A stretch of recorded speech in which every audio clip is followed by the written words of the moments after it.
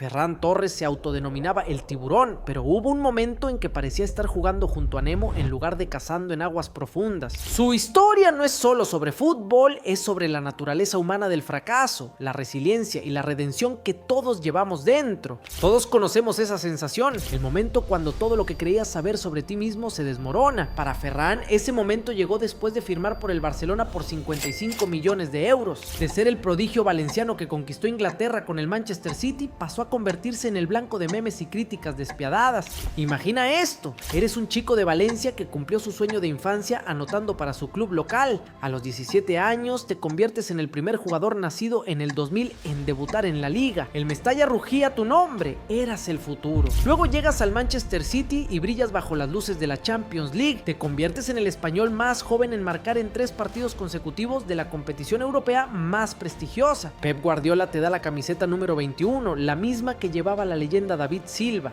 Todo parecía perfecto, pero el fútbol, como la vida, tiene una forma cruel de humillarte justo cuando crees que lo tienes todo controlado. El Barcelona pagó una fortuna por él en plena crisis económica. Era la apuesta del club por el futuro, el nuevo David Villa que devolvería los días de gloria al Camp Nou. Las expectativas eran estratosféricas, el peso de la camiseta blaugrana, asfixiante, y entonces todo se desplomó. Las lesiones llegaron como buitres, los nuevos fichajes lo relegaron al banquillo. Su sonrisa en el campo desapareció por completo. Caí en un pozo sin fondo y no podía ver una salida, confesaría más tarde Ferran. ¿Qué hace un tiburón cuando olvida cómo nadar? La respuesta de Ferran fue valiente y brutal en su honestidad. Pidió ayuda, comenzó a trabajar con un psicólogo reconociendo que su problema no estaba en sus pies sino en su mente. En un deporte donde la vulnerabilidad mental se ve como debilidad, Ferran eligió la fortaleza de enfrentar sus demonios internos. El camino de regreso no fue un milagro de la noche a la mañana, fue una reconstrucción meticulosa, ladrillo por ladrillo, gol por gol, sonrisa por sonrisa. En febrero de 2023, contra el Cádiz, el mundo vio destellos del verdadero Ferran Torres. Regateó con la vieja magia, jugó con la libertad que había perdido durante meses. No era aquel del que se burlaban, era el tiburón recordando su instinto cazador. El punto de inflexión llegó en su partido número 100 con el Barcelona, un hat-trick contra el Betis que se sintió como una declaración al universo. Sigo aquí y no me voy a ningún lado. Lo que siguió fue poesía futbolística en estado puro.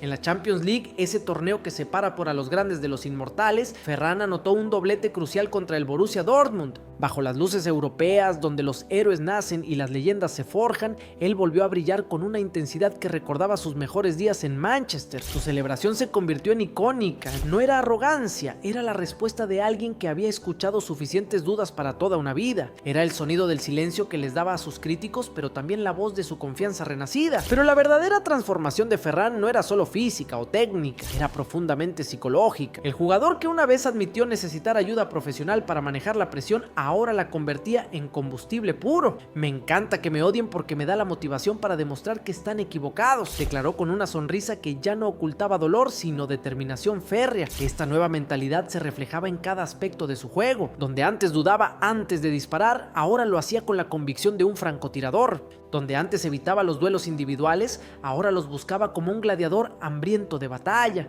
El miedo había sido reemplazado por una sed insaciable de vindicación. Hansi Flick, el nuevo entrenador del Barcelona, vio algo en Ferran que otros habían pasado por alto. No solo un jugador talentoso, sino un guerrero forjado en las llamas de la adversidad. Flick entendió que los jugadores más peligrosos no son solo los que nunca han fallado, sino los que han tocado fondo y han encontrado la fuerza para resurgir. Hay algo mágico que sucede cuando un atleta aprende a transformar la presión de enemigo en aliado. Ferran descubrió que la misma intensidad mediática que una vez lo aplastó podía convertirse en su arma más poderosa. Cada crítica se volvía combustible, cada duda externa se transformaba en certeza interna. En el clásico enfrentamiento contra el Atlético Madrid, con el Barcelona luchando por mantener su posición en la tabla, Ferran no se escondió, anotó 2 goles cruciales que no solo aseguraron la victoria, sino que enviaron un mensaje claro: el tiburón no solo había regresado, había evolucionado. Sus estadísticas comenzaron a hablar por sí solas: 5 goles en 5 partidos, todos saliendo desde el banquillo. Era el impacto instantáneo que el Barcelona necesitaba, el jugador diferencial que puede cambiar el rumbo de un partido en cuestión de minutos. Pero más importante importante que los números era la energía que irradiaba, esa hambre voraz que contagiaba a todo el equipo. Irónicamente, Ferran encontró su lugar perfecto en un rol que muchos considerarían secundario, el de supersuplente, pero él lo convirtió en arte. Como un cerrador en el béisbol o un finalizador en el baloncesto, Ferran se especializó en ser el hombre de los momentos decisivos. Su mentalidad había cambiado completamente. Ya no se trataba de ser titular por derecho, sino de ser imprescindible por mérito. Cada entrada al campo era una oportunidad de demostrar que merecía estar ahí, no por su pasado o su precio de transferencia, sino por lo que podía ofrecer en el presente. Esta evolución mental lo convirtió en algo más valioso que un simple jugador. Se había transformado en un solucionador de problemas. Cuando el Barcelona necesitaba un gol, Ferran respondía. Cuando necesitaban energía fresca, él la proporcionaba. Cuando necesitaban a alguien que entendiera la presión y la convirtiera en rendimiento, ahí estaba él. La historia de Ferran Torres trasciende el fútbol porque es fundamentalmente humana. Todos enfrentamos momentos donde el mundo parece derrumbarse, donde nuestras habilidades nos abandonan, donde las dudas se vuelven más fuertes que nuestros sueños. La diferencia entre los que se levantan y los que se quedan en el suelo no es el talento, ni siquiera la suerte. Es la decisión consciente de pelear cuando pelear parece imposible. Es la humildad de pedir ayuda cuando el orgullo te dice que debes hacerlo solo. Es la paciencia de reconstruirse cuando el mundo quiere resultados inmediatos. Ferran Torres cayó desde las alturas del éxito hasta las profundidades de la duda, pero eligió levantarse no porque fuera fácil, sino porque era necesario. Su historia nos recuerda que el fracaso no es el final de la historia, a menudo es solo el segundo acto antes del triunfo. Hoy el tiburón nada de nuevo en aguas profundas, pero con una sabiduría que solo viene del abismo. Su sonrisa ha regresado, sus goles fluyen y su espíritu es inquebrantable. La redención de Ferran Torres no es solo una historia deportiva,